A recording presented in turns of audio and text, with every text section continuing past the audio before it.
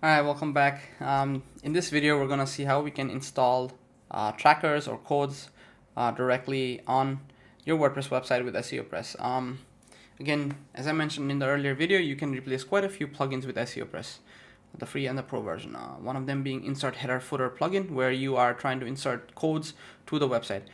Keep in mind, this is a generic setting. You do not get fine control as in where do you want to place the code or not in terms of every page or not, but it just tells you that you can set it up on the header, the body, or the footer section of the content, right? So let's go back to our analytics option and you go to custom tracking. In custom tracking, there's going to be head, body, footer.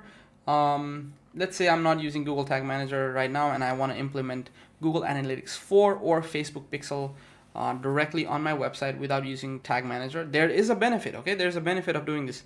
Mind you, if you use Google Tag Manager and the browsers have ad blocker, your Google Tag Manager snippet might be blocked. So in some instances, if you think you are not getting valid users data or tracking data, you might want to implement analytics and Facebook Pixel directly using the plugin instead of using it Google Tag Manager, right? That's one of the drawbacks of using Google Tag Manager. Sometimes browsers like Safari, or if the browsers have ad blockers, they block it, right? You go to business.facebook.com or events manager, you make sure your pixel is selected, and then you go to manage integrations, you get the code, right?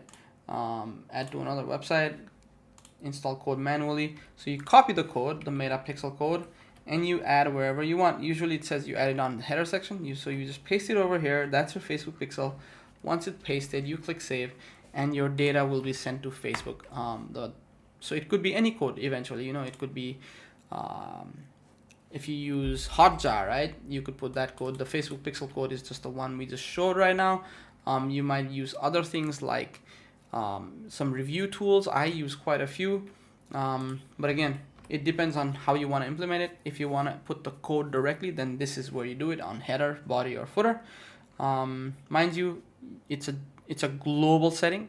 You cannot control it on a page level. You can only control it on a global level. So if you put it here, it's gonna get tracked on every page on the website.